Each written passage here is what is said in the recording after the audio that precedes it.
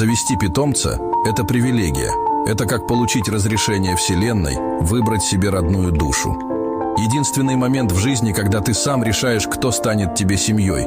Не по крови, а по сердцу. И если тебе повезло, если кто-то с хвостом, усами или лапами выбрал тебя в ответ, значит, ты по-настоящему живешь.